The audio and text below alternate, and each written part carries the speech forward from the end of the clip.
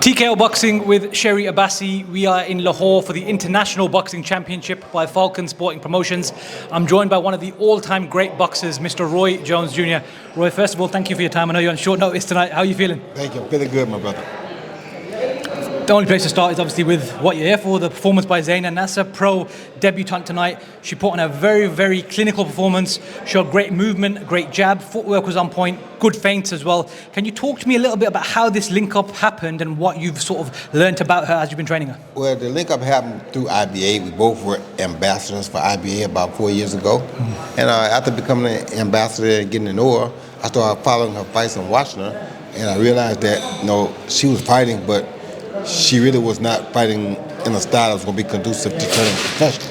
And I knew that she had mentioned she wanted to try to go to Olympics and turn professional. So I started trying to help her pursue a dream because she had done so many things already. She changed around the world so women can wear hijabs internationally. She's so ambitious that how can you see a person out there struggling like that and not offer them a hand, especially if God bless you with what they need to get better. So we kind of just stayed in touch, and every chance I get when I come over this side of the world, I would train her. And she's slowly been picking it up, and as you see tonight, she turned full circle. She's a whole different product than she was 4 years ago when I started with her. She's only going to get better. So it was a beautiful thing to see. Hard to not share what God gave you with other people, especially when they're ambitious enough to want to learn. And my wife gets on me all the time about just training anybody, but it's not something that I choose to do. I train whoever God sends my way because you never know who's going to be the next world champ. So it's not like I go through and pick who I'm going to train. No, I just kind of, if you got what I think, if I think you got what it takes to make it, I'll give you a shot. Because I don't think it's fair to just turn people down because either they're less talented or maybe they don't seem to have it. Maybe they just got to go a different route with it. So I'll try to help anybody. It's very, I think that's very kind and very noble of you as well. And like you mentioned God quite a bit there as well, Roy. How important has your sort of faith in God been for you in your life up until now? My faith in God has been my everything. It's like I hate to tell people anything different because there's nothing else I really can tell you. But God. If it wasn't for God, I would not be nothing that I am. If it wasn't for God, I wouldn't have the knowledge that I do have to try to pass down and share with other people. It's like I do understand a lot of different things about religions and how they do things, but it's like when it boils down to it, there's one God. If you believe in that one God, then you should be acceptable to anybody. And I do believe in that one God. So one God created everything. I don't care who they say was sent here, who came as what. God sent them all, and God don't die. So ain't nobody we seen that came in supposed to die or left that could not have been God himself. God don't die. Yeah. So it's like I believe that. That's just the way I believe it, and I don't care what nobody tell me. He's done too many things for me in my life for me to tell you anything different or for me to believe anything different. So. Absolutely. Just touching on Zeinna once again, what were you most impressed by tonight in her performance? The poise. She held her poise. She came out and did exactly what I told her to do. That first round, she took her time. She filled the situation out. First time ever fighting without headgear. First time fighting 6 rounds. Though they're 2-minute rounds, still, you hear round 4, round 5, you ain't never heard them round 3, it sounds strange to you, you understand me? So the way that she held her poise and the way she built upward as she went, she did more and more and more as the fight went on. And that's what my goal always is for all of my fighters. Start here and build up to here. Don't start here and drop down there, that's no good. Start here and build up to there, and that's exactly what she did tonight. Absolutely, and like you mentioned, she's someone who's had an extensive amateur background. We always hear that amateur boxing and professional boxing are two different sports in a lot of ways. What's your view on that, and how does that really apply to Zeinna, for example? Well, there are two different sports, whereas when I met Zeinna's hardest punch was her jab. Tonight you saw her right hand is definitely her hardest punch now. So in the amateur boxing, your hardest punch can be your jab because you really out there to score points. You're not there really try to focus on hitting so hard. Now some guys do, but most guys don't. Most guys, a lot of guys slap because they're just trying to score points. And you can get away with that in the amateurs because a lot of people do that. The elite amateurs, most of the time they won't, but there are some guys who are elite amateurs. Hence a guy that was on my Olympic team named Kenny Gould. Kenny Gould was not a real puncher. He just smacked to make points.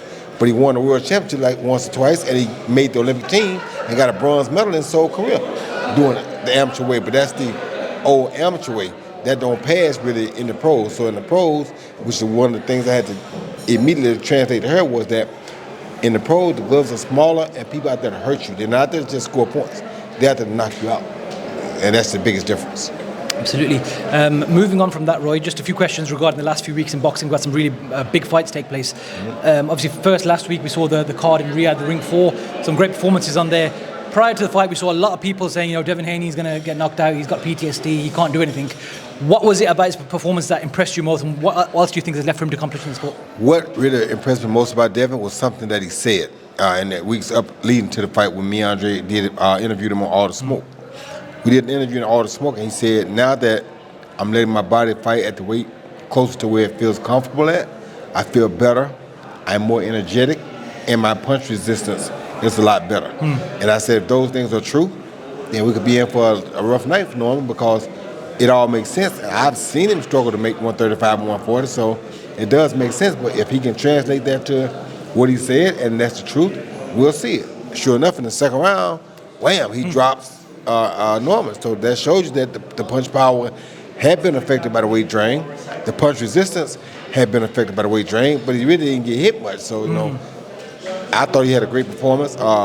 Norman had a lot of confusion in his camp at the time, I think, and he'll be back. But you can't win big fights like that when you got confusion. So you got to keep your mind right in order to win a big fight like that. Absolutely. In the main event, we saw the Mexican monster, David Benavidez, pretty much win every round and sort of beat the fight out of Anthony Yarde, essentially, who's a tough guy himself. He then announced he's moving up to cruiserweight. As someone who has moved through the weights in your career, do you consider that to be a good move if he still has ambitions at 175, or do you think he should wait and try and fight Bivol? Great move at going up to cruiserweight. Bivol is a tough fight for him. Nobody's really giving him a shot, so why is he going to continue to wait around on a shot? Nobody really wants to fight him.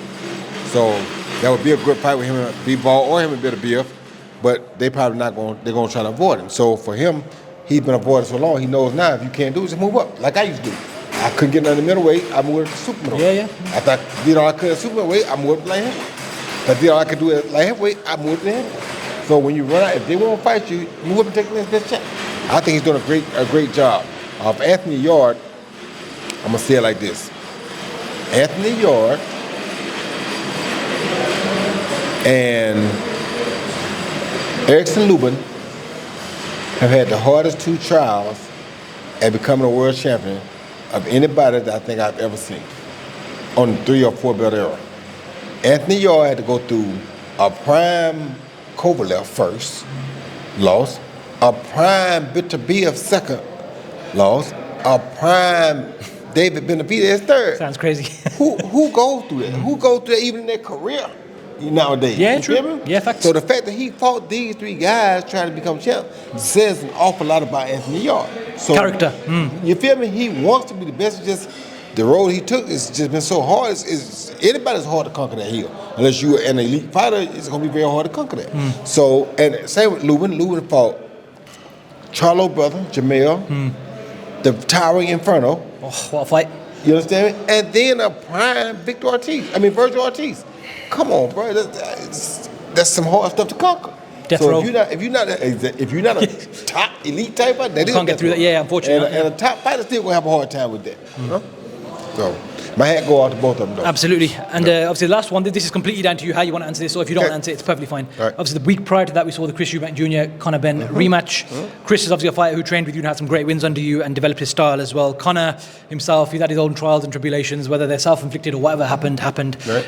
He performed obviously better in the second fight, but Eubank was hardly really even giving much resistance.